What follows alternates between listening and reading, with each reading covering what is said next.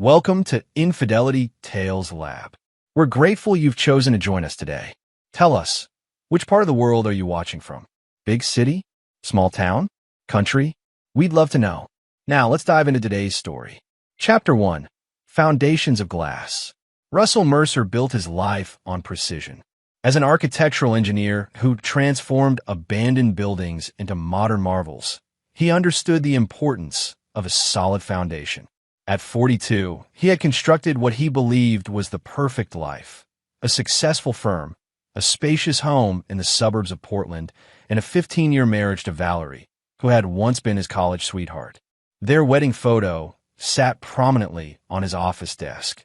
Russell with his broad shoulders and confident smile, Valerie with her copper hair and emerald eyes that had captivated him from their first meeting in advanced calculus. Next to it stood a more recent picture of their daughter, Audrey, now turning 13, a perfect blend of both parents with her father's analytical mind and her mother's artistic flair. Working late again, Russ? Dominic Sawyer, Russell's business partner and oldest friend, leaned against the doorframe.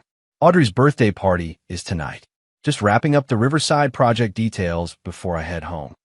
Russell closed his laptop and stood, stretching his back. Val's been planning this dinner for weeks. Dominic nodded, but something flickered across his face, a momentary hesitation that Russell almost missed. "Give the birthday girl my best," he said finally, turning to leave. "You'll see her tomorrow at the family dinner," Russell called after him. "You're still coming, right?" Another pause. Of course." Russell arrived home to the sound of laughter spilling from the backyard. He followed it through the house, where streamers and balloons decorated the hallway. Outside, a group of teenage girls clustered around Audrey, who was opening presents beside the pool. Valerie moved among them, distributing cake on paper plates with 13 printed in bold colors. "Dad!" Audrey spotted him and waved enthusiastically. "Look what Dylan got me." She held up what appeared to be a custom skateboard. Russell frowned. "Dylan, my boyfriend," she said, rolling her eyes as if this were common knowledge. "I told Mom about him weeks ago." Russell glanced at Valerie, who gave him a tight smile before turning away to speak with her sister, Meredith. Russell felt a familiar pang, the sensation of being on the outside of his own family. It had been happening more frequently lately. Conversations that stopped when he entered a room, inside jokes he wasn't part of, plans made without his input. He moved through the party, making small talk with parents he barely knew, catching snippets of conversation that suggested everyone knew Dylan well. Even Meredith's husband, Preston, was discussing football with the boy who had apparently been at their house multiple times. As the party wound down and the guests departed, Russell helped clean up while Audrey played with her new gifts. The tension in his shoulders slowly uncoiled as he thought about tomorrow's family dinner, a proper celebration where he could reconnect with everyone. His in-laws would be there, along with Dominic and a few close friends. A chance to feel centered again in his own life. "Can't wait for the big family dinner tomorrow," he said brightly, bagging the last of the gift wrapping. "My mother always said birthdays should be celebrated twice, once with friends, once with family." His sister-in-law, Meredith, laughed to sound like ice cracking. "Wait, you don't know? That was yesterday." Russell froze. "What?" His mother-in-law, Diane, pulled out her phone with a look of discomfort mixed with a strange satisfaction. "Here, see for yourself." She swiped through photos. The same dining room table where they had celebrated holidays for years, now laden with Audrey's favorite dishes. Toast being raised with everyone smiling. His father-in-law Gerald, Dominic and his wife, even Preston with his arm around Meredith. Everyone was there. Everyone except Russell. "There must be some mistake," he said, though the evidence was clear on screen. Valerie snatched the phone from her mother's hand and shoved it into her purse. "Maybe take the hint next time," she snapped. The backyard fell silent. Audrey stared at her feet, suddenly fascinated by her shoelaces. No one would meet Russell's eyes except Diane, who watched him with a predatory curiosity. Russell didn't respond. His mind was already calculating, assembling pieces of a puzzle he hadn't known existed until now. The late nights when Valerie claimed to be with Meredith. The business trips that seemed to coincide with Dominic's absences from the office. The gradual exclusion from his daughter's life. He smiled, a cold, precise expression that made Diane take an involuntary step back. "I think it's time for cake," he said calmly, turning toward the house. "I haven't had any yet." Behind him, he heard Meredith whisper to Valerie, "He's taking it better than I expected." They had no idea what he was capable of taking, or giving back. Chapter 2. Fractures and Fault Lines. Russell spent the night on the sofa in his home office, staring at the ceiling and replaying years of interactions through a new lens. By dawn, he had compiled a mental inventory of suspicious circumstances, inconsistencies, and outright lies that had obscured the truth of his marriage. When he heard Valerie moving around the kitchen, he rose, showered in the guest bathroom, and dressed in one of the spare suits he kept for client emergencies. He found her sipping coffee and scrolling through her phone, seemingly unconcerned about the previous night's revelation. "Morning," he said, pouring himself coffee. "Audrey up yet?" "She's spending the day with Meredith," Valerie replied without looking up. "Preston's taking them shopping in Seattle." "Without asking me? Without even telling me?" His voice remained level, a feat of control that would have impressed even his most demanding clients. Valerie finally met his gaze. "It was decided at the dinner. The one you missed." "The one I wasn't invited to," he corrected. "Why, Val? What's happening to us?" She set down her phone with deliberate care. "Nothing's happening, Russell. Nothing has changed. You've always been distant, married to your work, not to us. So, this is punishment? Excluding me from my daughter's birthday celebration?" "It wasn't exclusion. You were working late, as usual. We had to reschedule, and then..." She shrugged. "It just happened. Things don't just happen, Val.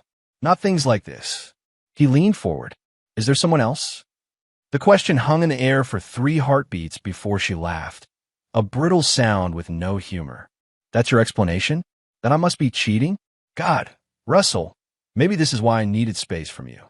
Everything is either perfect or broken with you. No in between." Russell nodded slowly. "I'm going to the office. We'll talk tonight." "Don't bother," she said, returning to her phone. "I'm having dinner with Diane. She's worried about me after your little scene yesterday." "My scene?" he echoed incredulously. Interesting perspective. At the office, Russell closed his door and pulled up the security system on his computer. As a precaution, he had installed cameras in their home years ago. Standard practice, he'd told Valerie, for a house with valuables. What he hadn't mentioned was the backup cloud storage that only he could access. He scrolled through footage from the past month, moving backward through time. Most days showed nothing unusual. Valerie working from home as a graphic designer, Audrey returning from school, the occasional visit from Meredith or delivery people. Then he found it. 3 weeks ago, while he was at a conference in Chicago. A familiar car in the driveway at 10:48 p.m. Dominic entering through the front door without knocking, carrying an overnight bag. Leaving the next morning at 6:15 a.m., looking rumpled but satisfied. The footage continued. Other late-night visits during Russell's absences. Whispered phone calls when Valerie thought no one was listening. Once, he even caught Audrey asking when Uncle Dom was coming over again, and Valerie hushing her with a nervous glance toward the camera. His oldest friend, his wife, his family. The betrayal was comprehensive. Russell shut down the footage and sat motionless, his mind working with the cold precision that had made him successful. He needed more than passive observation now. He needed to understand the full extent of the deception. He called his assistant. "Nora, cancel my appointments for the week. Family emergency." By noon, Russell had engaged a private investigator named Leo Brandt, a former client with a reputation for discretion. "I need everything," Russell told him during their meeting at a coffee shop 3 towns over. "Financial records, phone logs, hotel stays, gifts. And I need to know who else knew." "This kind of comprehensive background will take time," Leo warned. "You have 3 days," Russell replied, sliding across a check with a number that made the investigator's eyebrows rise. "I want to know exactly who I've been married to for 15 years. Over the next 72 hours, Russell maintained a facade of normalcy. He returned home each evening, endured cold dinners and colder conversations with Valerie, and made awkward attempts to connect with Audrey, who now regarded him with a teenager's disdain amplified by what she must have heard from others. On the fourth morning, Leo delivered a leather portfolio to Russell's office. "It's worse than you thought," he said simply. Russell opened it alone, methodically reviewing hundreds of pages of evidence. The affair with Dominic had begun nearly 2 years ago, shortly after Russell had made him a partner in the firm. There were hotel receipts, romantic restaurant bills, jewelry purchases, all funded by the company accounts that Dominic helped manage. More disturbing were the text messages Leo had recovered. Conversations between Valerie and Meredith discussing Russell with contempt. Exchanges with Diane plotting how to gradually separate him from family events. Even messages to Audrey, subtly undermining her relationship with her father.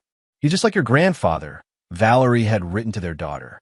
"Obsessed with work, oblivious to what's happening right in front of him. Don't expect him to show up for your real life." The final page was a legal document. Preliminary divorce papers that Valerie had drawn up 3 months ago, but hadn't yet filed. The terms were breathtaking in their audacity. Full custody of Audrey, the house, half of Russell's business, and substantial alimony. Russell closed the portfolio, thanked Leo, and transferred the remainder of his payment. Then he drove to the bank and opened a new account under his personal corporation, one that Dominic had no access to. By closing time, he had transferred enough funds to sustain operations for 6 months without touching the main company accounts. That night, when he returned home, Valerie was waiting in the living room. "We need to talk," she said, her voice artificially gentle. "About us. About the future." Russell set down his briefcase. "Yes," he agreed calmly. "We certainly do." Chapter 3. The Architect's Blueprint. "I want a divorce," Valerie stated, maintaining eye contact as if challenging him to object. "I've been unhappy for a long time, Russell." He nodded, settling into the armchair across from her. "Because of Dominic?" Her eyes widened fractionally, the only indication of surprise. "This isn't about anyone else. This is about us not working anymore."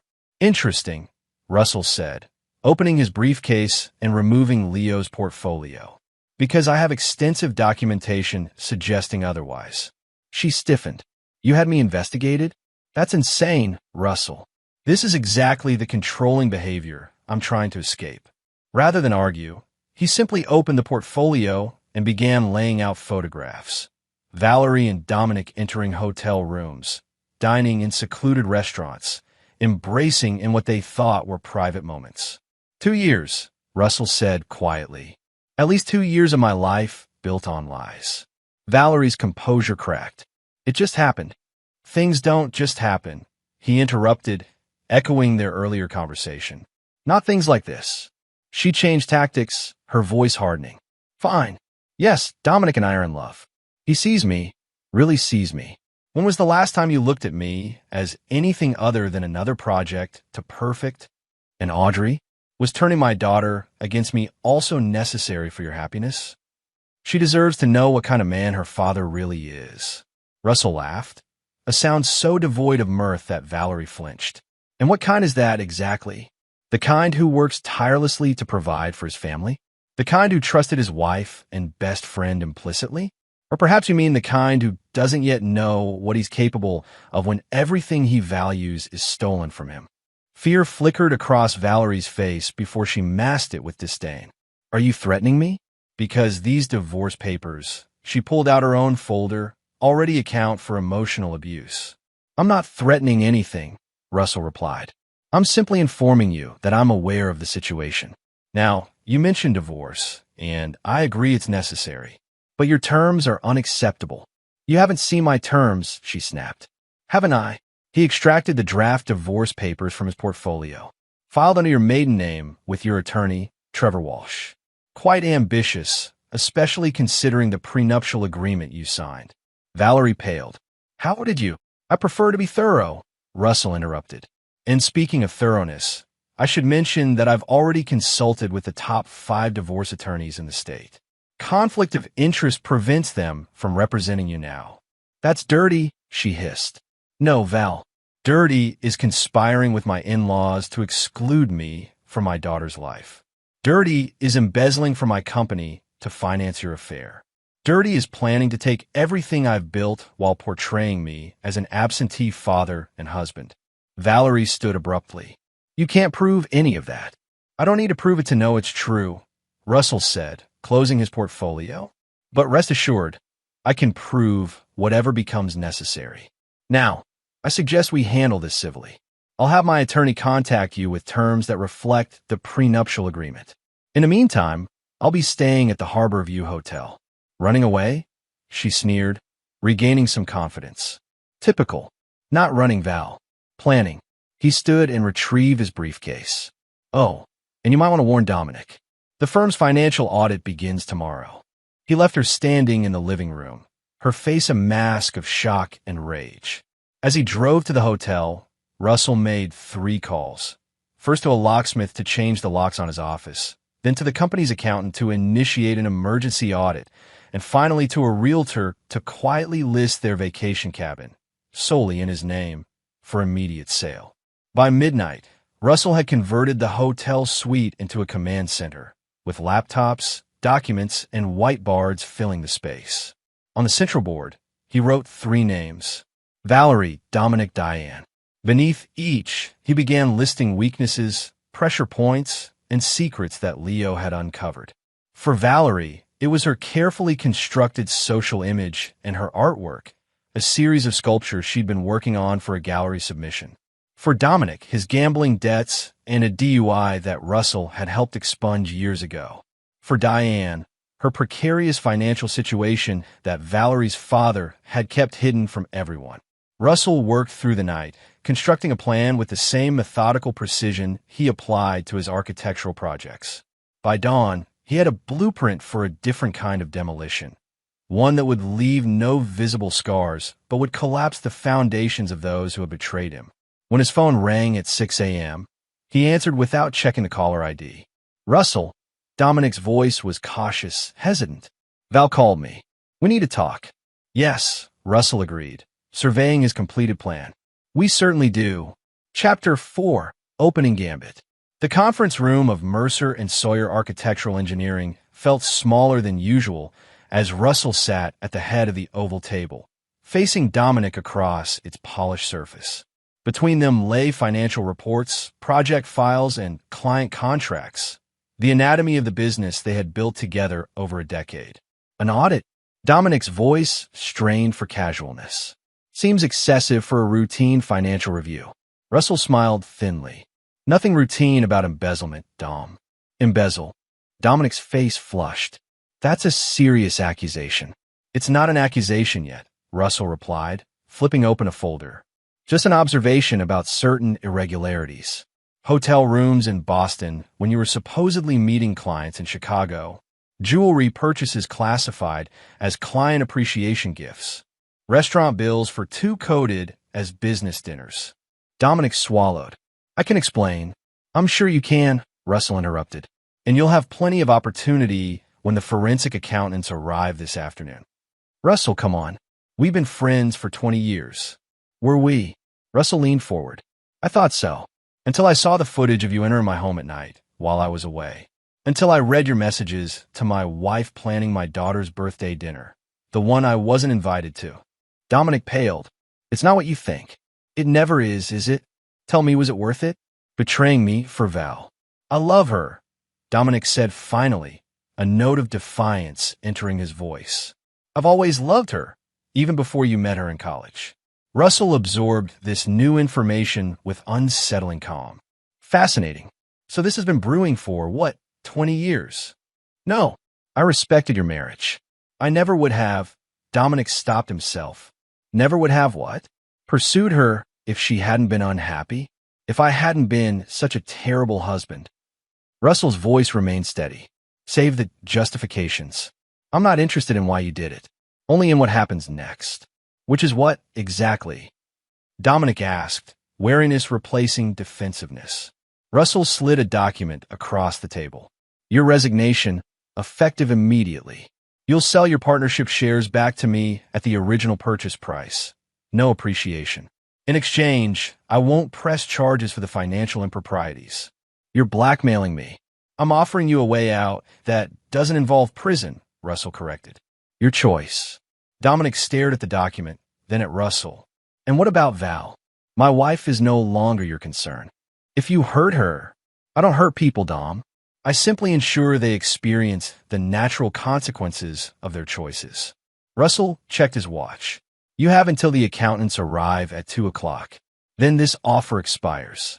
After Dominic left, resignation signed, office belongings in a cardboard box, Russell called an emergency staff meeting. With calm authority, he informed the team that Dominic had resigned for personal reasons and that all his projects would be redistributed. No one questioned the explanation, though Nora, his assistant, gave him a look that suggested she suspected more. By evening, Russell had secured the company's financial stability and removed Dominic's access to all accounts and client files. One element of his plan was complete. Now, for the more delicate matter. He drove to his in-laws' sprawling colonial home in the historic district, where Gerald and Diane had lived for 40 years. Gerald answered the door, his imposing frame belying his 70 years. Russell, he said, surprise evident in his voice. Didn't expect to see you. I need to speak with both of you, Russell replied. It's important.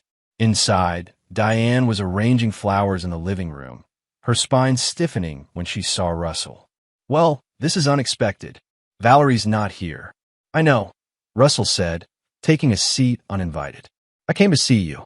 Gerald settled into his favorite armchair. What's this about, son? Respect, Russell answered, and the lack of it I've experienced in this family. He turned to Diane. Starting with you. Diane's carefully manicured fingers paused on a lily stem. I don't know what you're talking about. The dinner you organized for my daughter, without me. The text you sent Valerie about finally being rid of him. The conversations with Meredith about how to divide the family assets once Valerie left me. Russell listed each point calmly. Should I continue? Gerald looked between them, confusion giving way to understanding. Diane? What is he talking about? He's making things up, she insisted, but her voice lacked conviction. He's trying to turn you against me because Valerie finally stood up to him.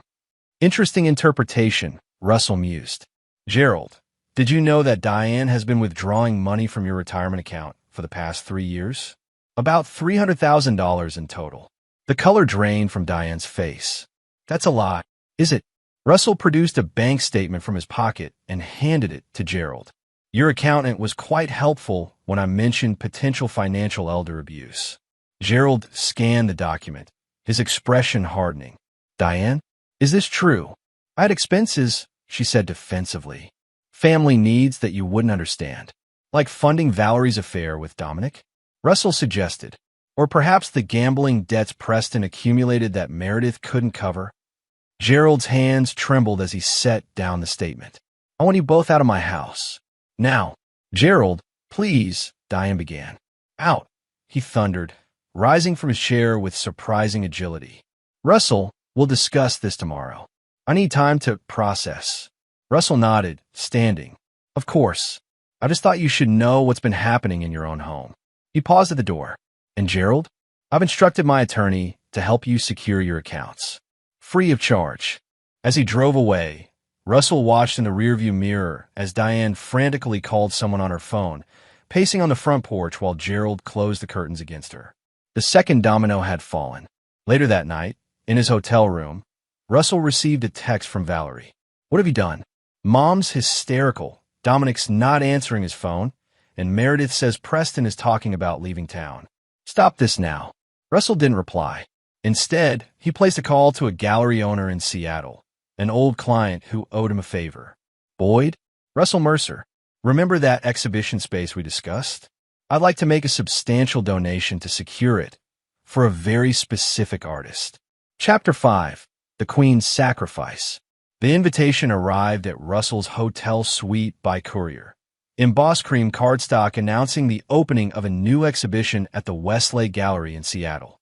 Featured artist, Valerie Mercer. Russell smiled at the irony. Valerie had been working toward this moment for years.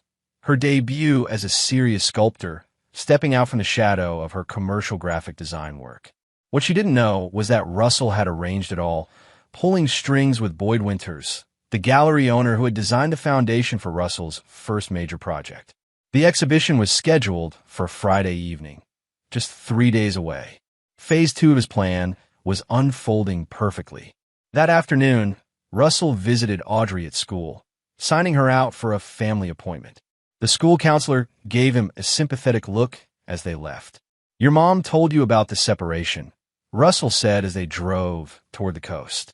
Audrey stared out the window, her profile so similar to Valerie's that it made his chest ache. "She said you're trying to ruin everything. Is that what you believe?" She shrugged, the quintessential teenage response. "I don't know what to believe anymore. Everyone's lying." Russell nodded. "That's fair. So let me tell you the truth, and you can decide for yourself." For the next hour, as they walked along the rocky beach near the lighthouse where he had proposed to Valerie, Russell explained the situation in terms appropriate for a 13-year-old. He didn't vilify her mother, but didn't shield her from reality either. He showed her selected text messages, ones that pertained directly to Audrey's birthday dinner and the deliberate exclusion of her father. "Why would they do that?" Audrey asked, her voice small against the crashing waves. "People make choices based on what they want most," Russell replied. "Your mother wanted something different from what we had. That's her right. But how she went about it, that was wrong." And Uncle Dom, the hurt in her voice was palpable. He made his choice too. They sat on a driftwood log as the sun began to set, casting long shadows across the sand. "What happens now?" Audrey finally asked. "That depends partly on you," Russell said. "I'll always be your father, no matter what. But I need to know if you want to be part of my life." Tears welled in her eyes. "Of course I do, even if it means seeing less of your mother, less of Meredith and Preston." She considered this, showing a maturity beyond her years. "Can I think about it?" "As long as you need." He handed her a small box. "Happy birthday. Your real present." Inside was a silver necklace with a lighthouse pendant, their special place. Audrey clutched it tightly, then asked to be taken to Valerie's. Russell drove her home, watching as she walked up the path without looking back.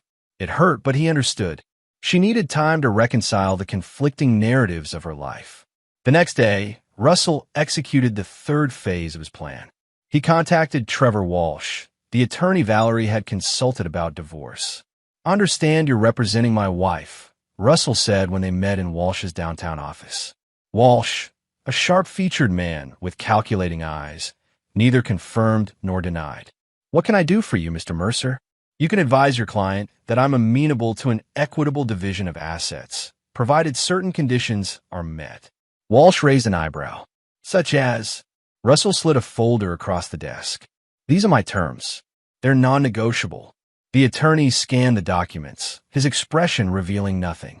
"These are unusual demands, but legally sound," Russell pointed out. "I'm not asking for anything unreasonable, just accountability. The public nature of this acknowledgement is essential," Russell finished. "I want everyone who has benefited from the lies to witness the truth." Walsh studied him for a moment. "I'll present these to Mrs. Mercer, but I doubt she'll agree." "She will," Russell assured him. "By Friday evening." "What makes you so confident?" Russell stood to leave. "Because by then, she'll understand exactly what's at stake." That evening, Russell received a furious call for Valerie. "A gallery opening?" she hissed. "You arranged this?" "Congratulations," he replied calmly. "Isn't this what you've always wanted? Recognition for your work. Not like this. Not as some twisted revenge plot." "Revenge?" Russell sounded genuinely surprised. "This is an opportunity, Val. Boyd Winters rarely features new artists." "And what's the catch?" she demanded.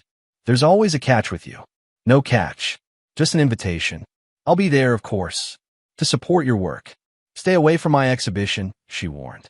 "Our name is still on the invitation," he reminded her. "Valerie Mercer. We're still married, remember? At least until you agree to my terms."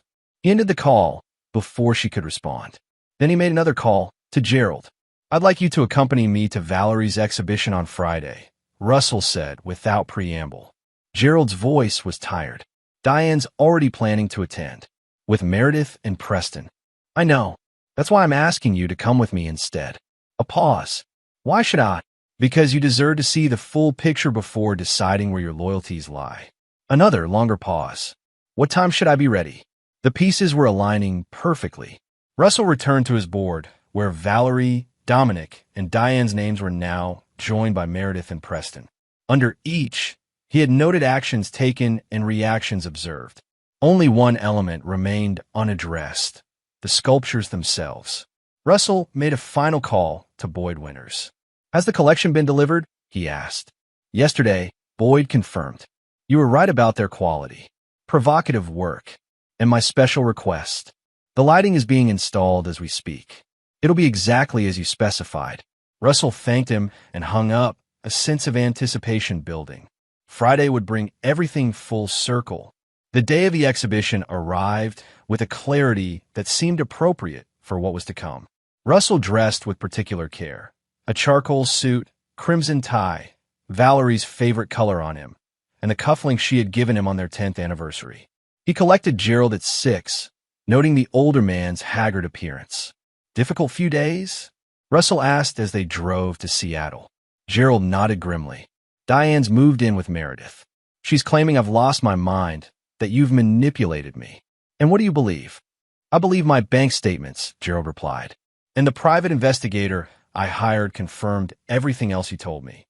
The Westlake Gallery was already crowded when they arrived, Seattle's art enthusiasts mingling with critics and collectors. Russell spotted Valerie immediately, resplendent in an emerald gown that matched her eyes, her copper hair swept into an elegant updo. She was speaking animatedly with a group of admirers, Diane and Meredith flanking her protectively.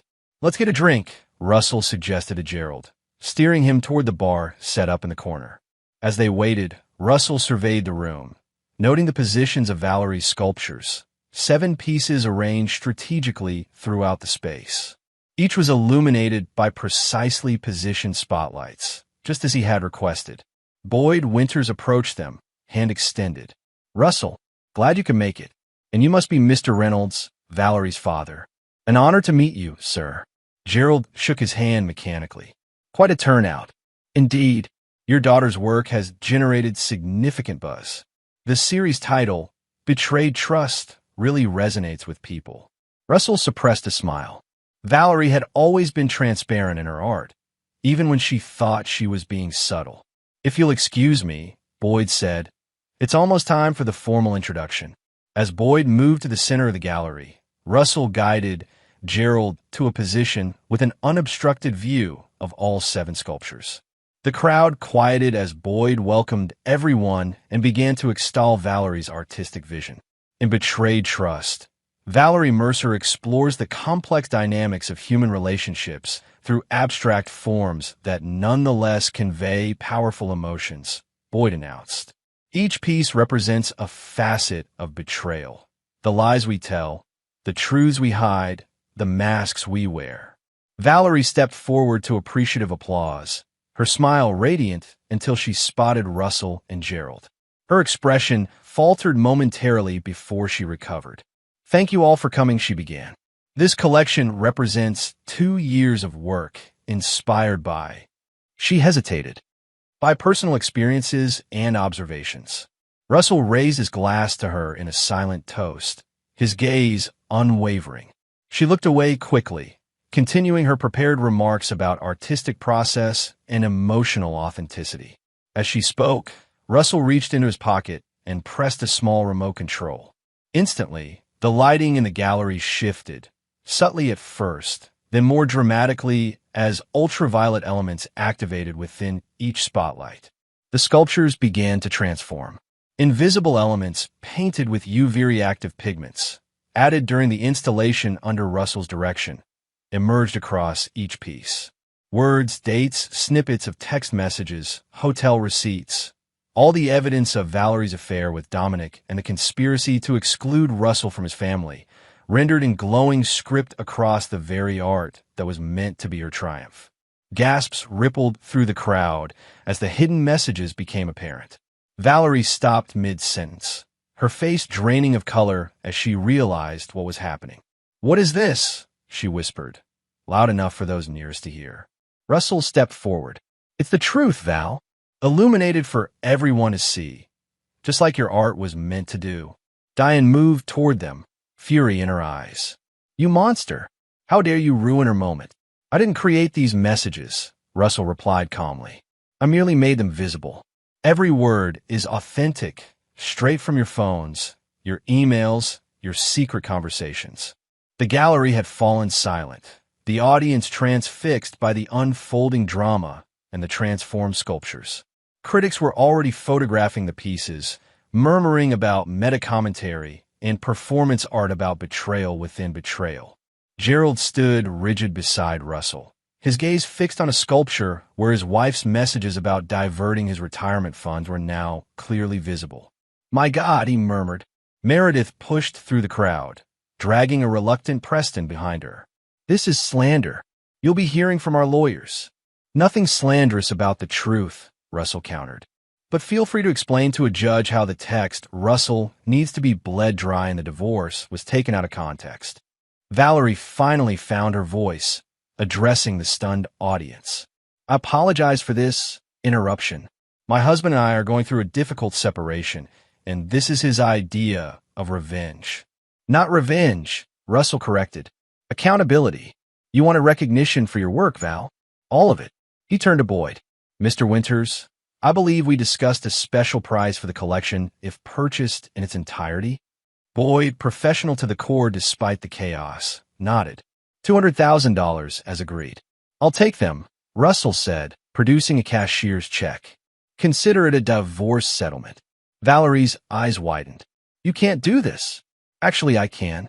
And I'll be donating the collection to the Contemporary Art Museum, with the stipulation that they be displayed exactly as they appear now. He gestured to the glowing text that revealed her betrayal. Permanently, as security discreetly ushered the most vocal spectators outside, Russell approached Valerie. My attorney has the divorce papers ready. My terms are simple. I keep my company, you keep the house. Joint custody of Audrey. No alimony either way. And these, he gestured to the sculptures, become part of your artistic legacy. Her voice shook with rage and humiliation. You've destroyed me. No, Val, you did that yourself. I'm just making sure the right story is told. He handed her his attorney's card. You have until Monday to decide. As Russell guided a shell-shocked Gerald toward the exit, he felt a hand on his arm. It was Audrey, tears streaming down her face. Dad, she whispered, I want to go with you. He looked at his daughter, surprised. Are you sure? She nodded, the lighthouse pendant gleaming at her throat. I made my choice. Chapter 6, Counterattack. The Sunday morning headlines in the Seattle Arts section read, Betrayal Illuminated. Mercer exhibition sparks controversy and bidding war. Photos of Valerie's UV-exposed sculptures accompanied the article, which described the innovative dual-layer technique and raw emotional honesty of the work. Critics were divided, some calling it a breakthrough, others dismissing it as divorce drama masquerading as art. Russell read the coverage with satisfaction as he prepared breakfast in his newly rented waterfront condo. Audrey was still sleeping in the second bedroom, exhausted from the emotional turmoil of the past few days. She had called Valerie after they left the gallery, explaining her decision to stay with Russell. The conversation had ended with Valerie's shouting audible even through the phone. His satisfaction was short-lived. At 9 o'clock, his phone rang. Nora, his assistant, calling on a Sunday. Russell, she sounded breathless. Someone broke into the office last night. The police are here now. He arrived at Mercer and Sawyer, soon to be renamed Mercer Design. 20 minutes later, 2 police officers were cataloging the damage. Smashed computers, overturned furniture, project files strewn across the floor. But the most disturbing element was the message spray-painted across the main conference room wall. You'll regret this. Security cameras? One officer asked. Disabled before entry, the other replied. Professional job. Russell surveyed the destruction calmly. Any idea who might have done this, Mr. Mercer? The first officer asked. I have my suspicions, Russell said, but no proof. After the police left, promising to increase patrols in the area, Russell began methodically sorting through the wreckage with Nora's help. The backup servers weren't touched, she reported. and the cloud storage is intact. We haven't lost any critical data. They weren't after data, Russell replied. This was a message. From Dominic? Possibly. Or someone acting on his behalf. Russell's phone buzzed with a text from an unknown number. You think you're clever? This is just the beginning. Everyone will know what you really are. Should we hire security? Nora asked, noting his expression. Already done, Russell assured her. But I need you to do something else. He handed her a USB drive. These files need to be delivered to every client we've worked with in the past 5 years. Today, Nora raised an eyebrow. On Sunday, especially on Sunday, Russell confirmed. When people are home with time to read.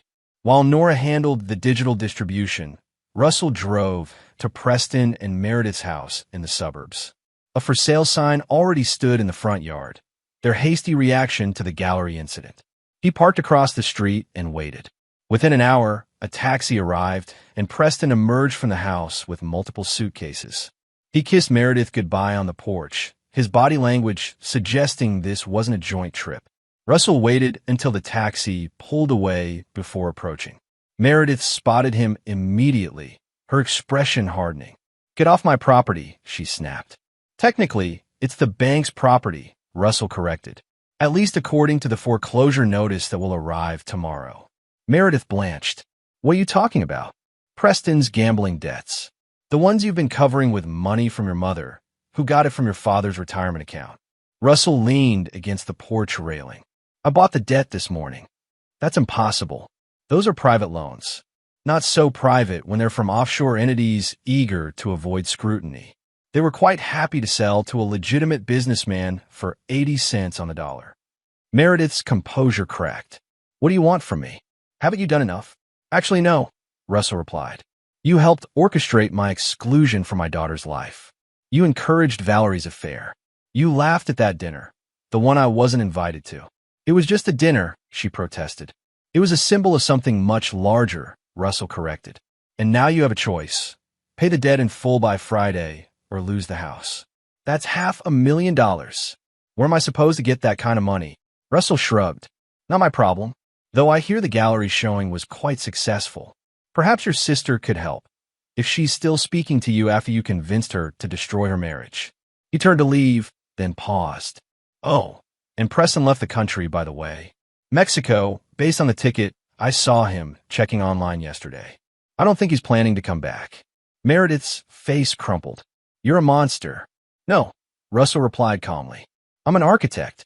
I simply understand that when you remove a key support, the entire structure eventually collapses. By late afternoon, Russell's counteroffensive was in full swing.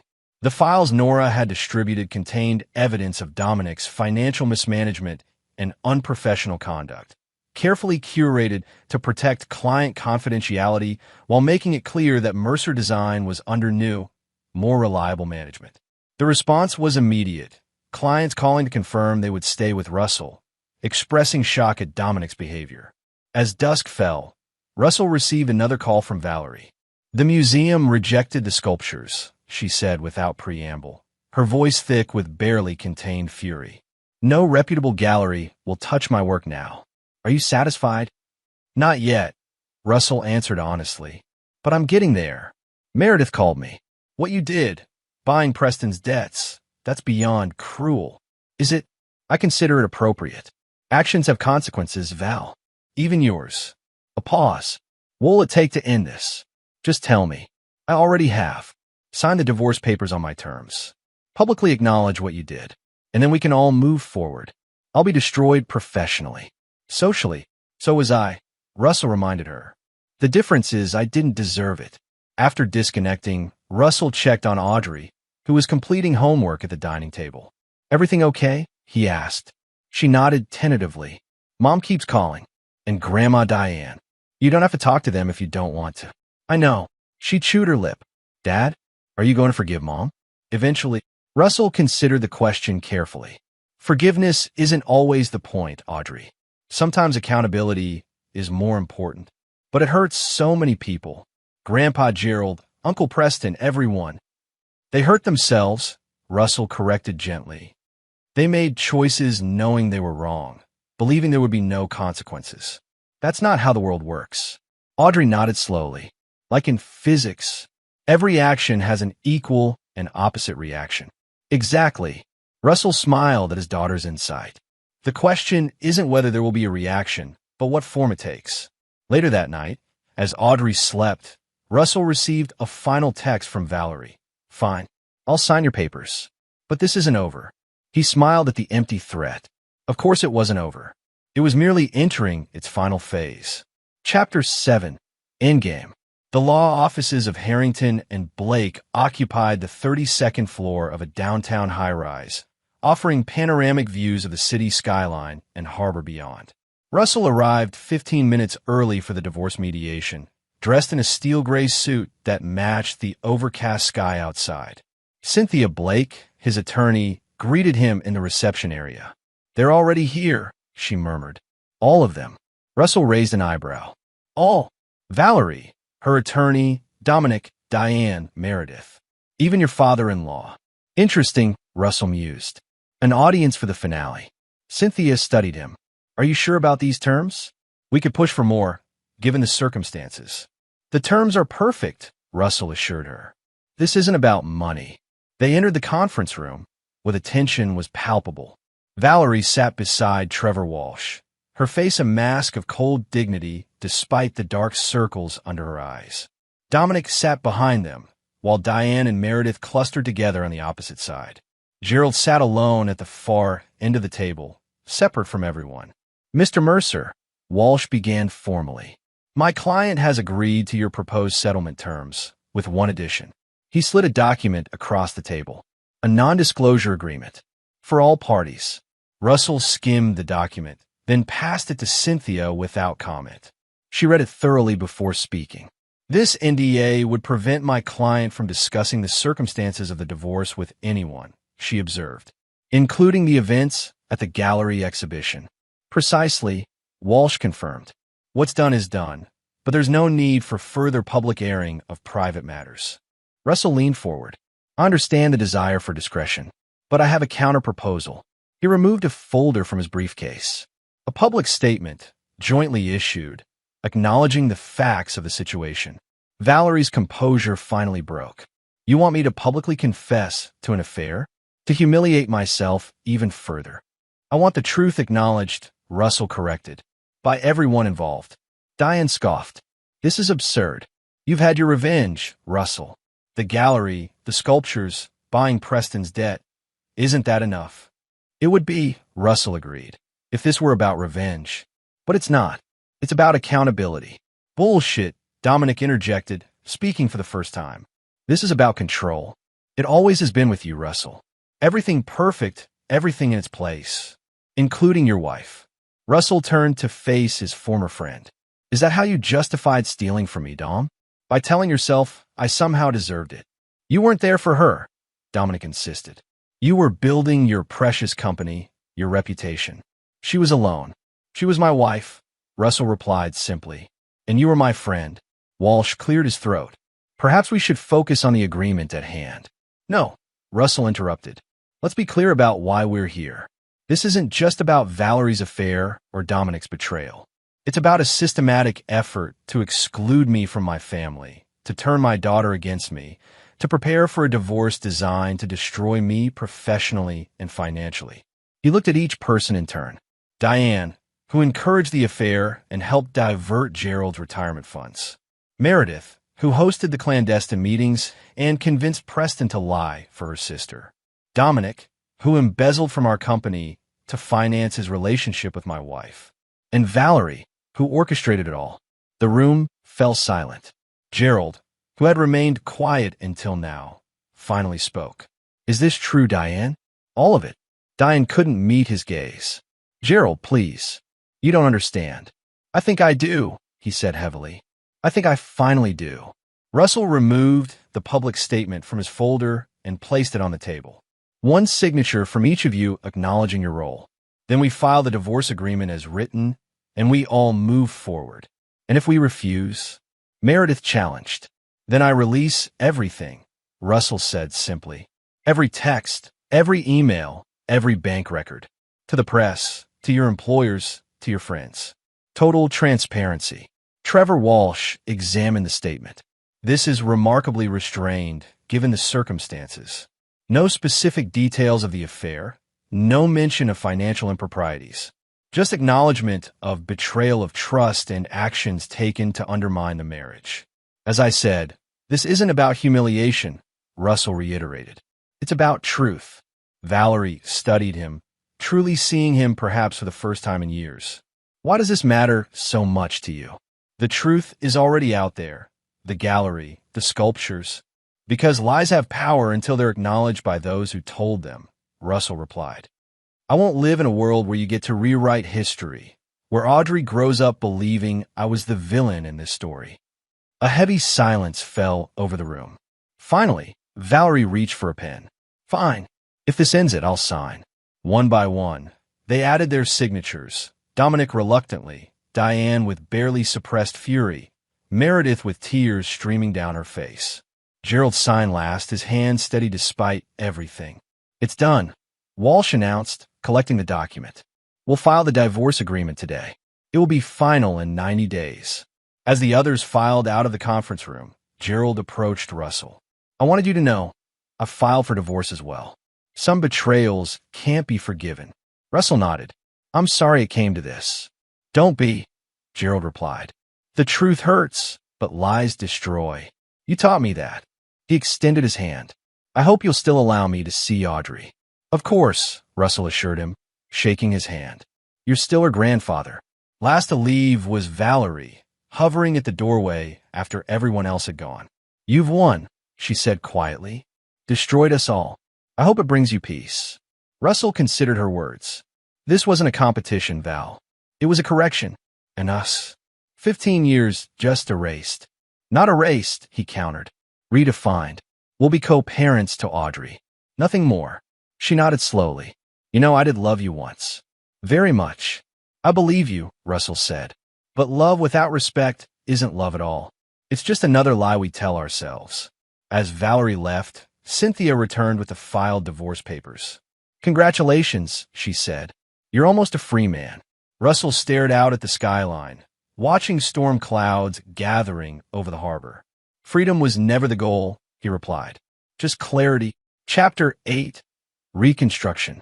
6 months after the divorce was finalized, Russell stood in the lobby of the newly christened Mercer Designs headquarters, a renovated warehouse with exposed brick walls and steel beams that reflected his architectural philosophy, honesty in materials, transparency in structure. The company had not only survived the scandal but thrived. When clients were forced to choose between Russell's proven reliability and Dominic's cheaper but questionable services, most chose Russell. Dominic's new venture, launched with Valerie's financial support, had secured only 2 small projects and was already rumored to be failing. The Anderson proposal is ready for review, Nora informed him, handing over a presentation folder. And Audrey called. She'll be late for dinner. Debate club meeting. Russell nodded, smiling at the mention of his daughter. At 14, Audrey was flourishing despite the family upheaval. She split her time between Russell's condo and Valerie's house, now significantly downsized after financial reality had forced her to sell the family home. Audrey had initially struggled with divided loyalties, but had gradually found her equilibrium, accepting both parents while understanding the truth of what had happened. As Russell reviewed the Anderson proposal in his office, his phone rang with an unfamiliar number. Russell Mercer, he answered. Mr. Mercer, this is Dr. Abigail Foster from Seattle General. I have you listed as an emergency contact for Gerald Reynolds. Russell's stomach tightened. What's happened?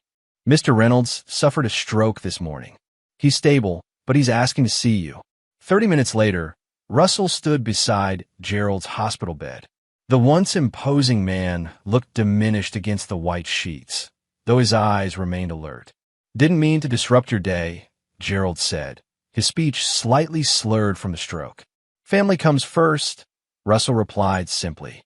Gerald smiled weakly. Still family, then? Even after everything.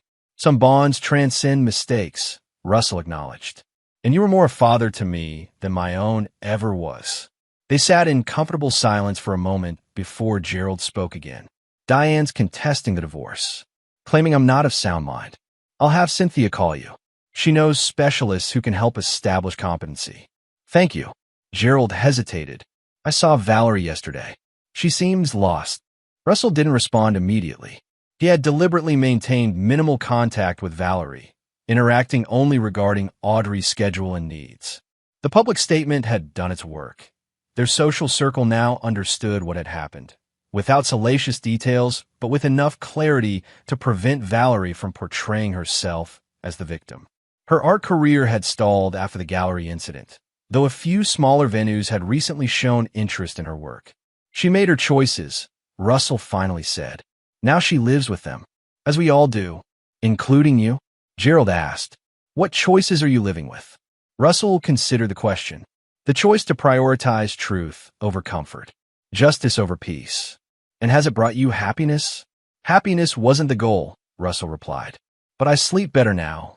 After leaving the hospital, Russell drove to the lighthouse, his thinking place, where he had proposed to Valerie and where he had explained the truth to Audrey.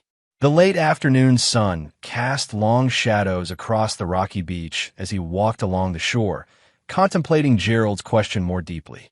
Was he happy? The anger that had fueled his meticulous revenge had burned away, leaving a cooler, clearer perspective. He had achieved exactly what he intended.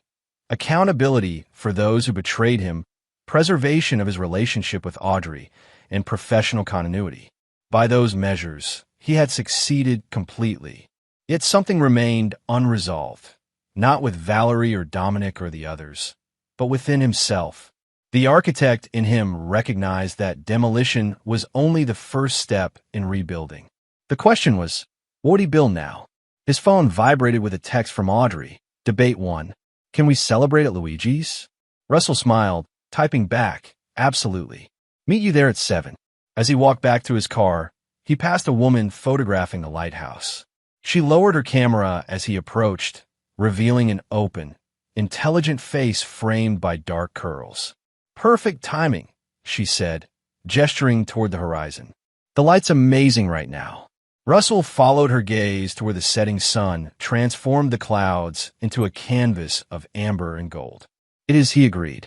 Are you local? She asked. I'm doing a book on Pacific Northwest lighthouses. This one's architecture is particularly interesting. The reinforced concrete base with that unusual octagonal tower. I am local, Russell confirmed. And you're right about the design. They had to adapt it to withstand the coastal erosion patterns unique to this area. Her eyes lit with interest. You know your architecture. I should, he replied with a small smile. It's my profession. I'm Sophie, she offered, extending her hand. Sophie Lockhart, architectural photographer and lighthouse enthusiast. Russell Mercer, he said, shaking her hand. Architect, and he hesitated, work in progress. They talked for 20 minutes about lighthouse design, coastal engineering, and the interplay of functionality and aesthetics. For the first time in over a year, Russell found himself engaged in a conversation that had nothing to do with betrayal or revenge or the past. When he mentioned his dinner plans with Audrey, Sophie nodded in understanding. I won't keep you from your daughter, but if you're interested, I'm giving a presentation on architectural photography at the library next Thursday. Might give you some new perspectives for your work. I'd like that, Russell found himself saying, surprising himself with his genuine interest. As he drove to meet Audrey, Russell reflected that rebuilding wasn't necessarily about replacing what was lost. Sometimes it meant creating something entirely new, something stronger with better foundations and clearer sightlines. The blueprint wasn't yet complete, but for the first time since that fateful birthday party, he felt ready to begin drafting it. Chapter 9. The Final Calculation. 1 year to the day after Audrey's fateful birthday party, Russell hosted a small gathering at his condo.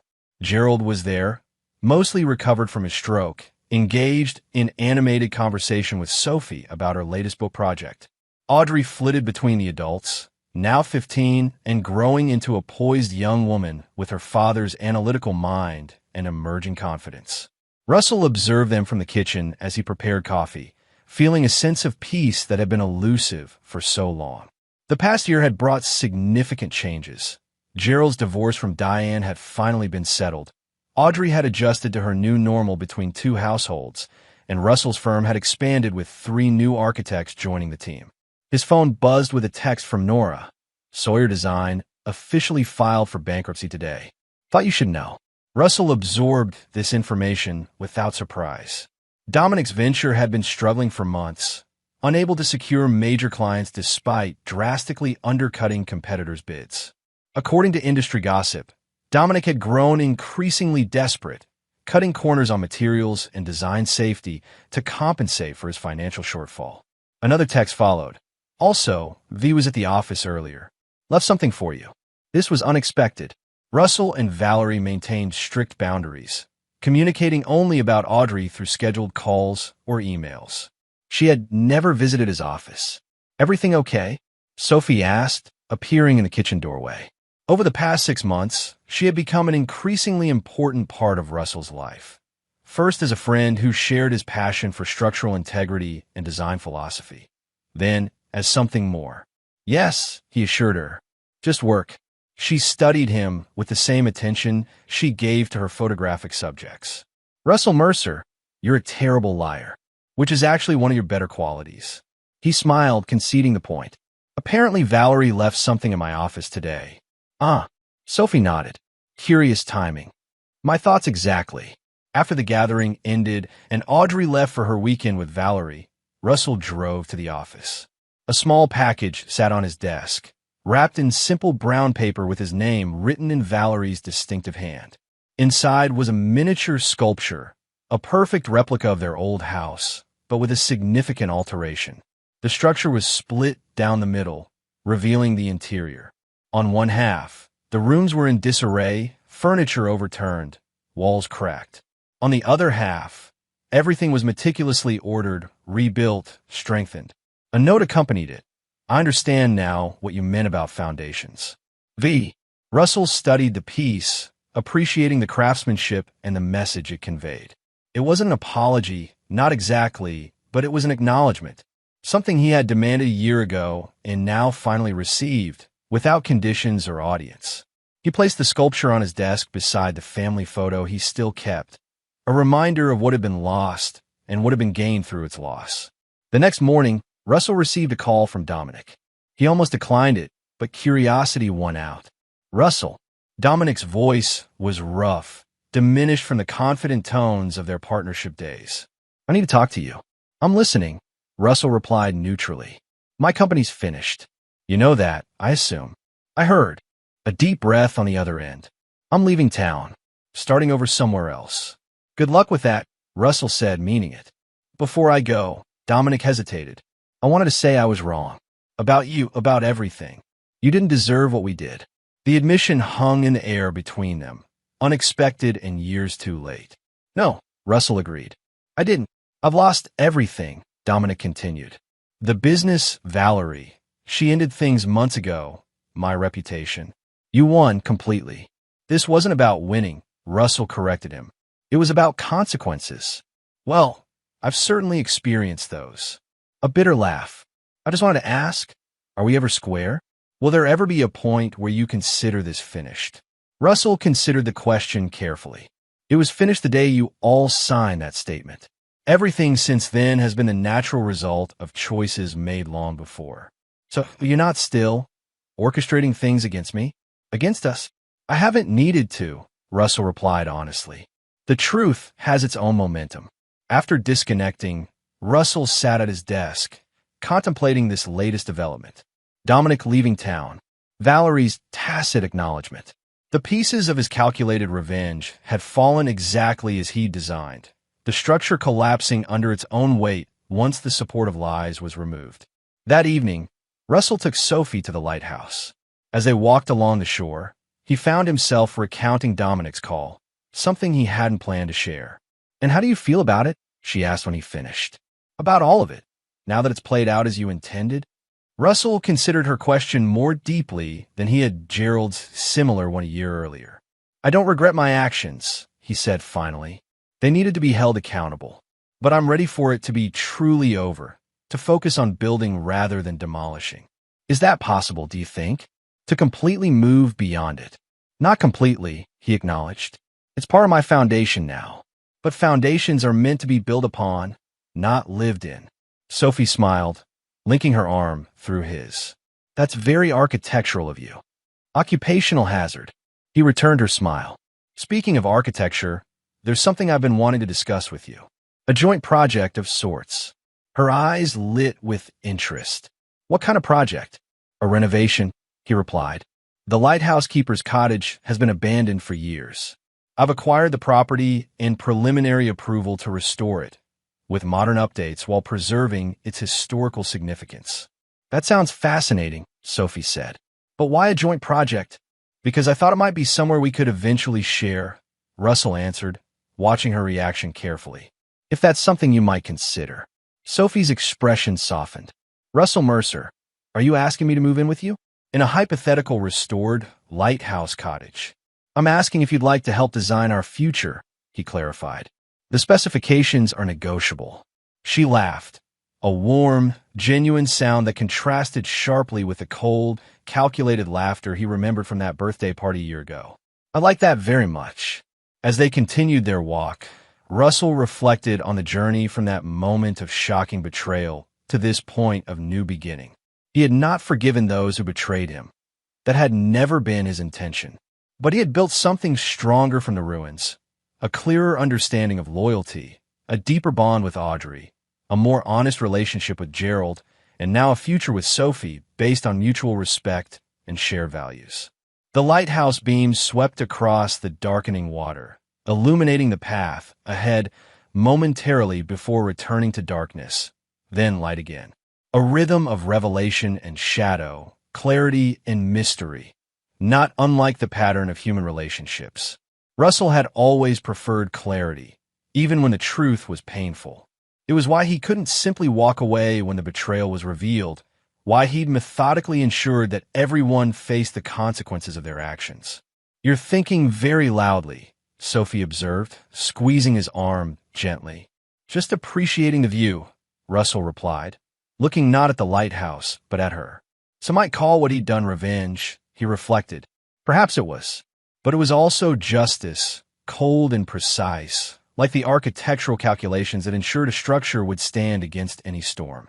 In the end, what he did next hadn't wiped the smiles from their faces through cruelty or violence, but through the systematic exposure of truth they had tried to hide. And now, with that chapter closed, he was ready to begin drafting a new design, one built not on the shifting sands of deception, but on the solid bedrock of honesty. That, ultimately, was the final calculation, the understanding that while the past couldn't be changed, the future remained his to architect. And there you have it. Another story comes to an end. What did you think? I'd love to hear your thoughts in the comments below. If you enjoy this story, consider joining our community by subscribing. It means the world to us.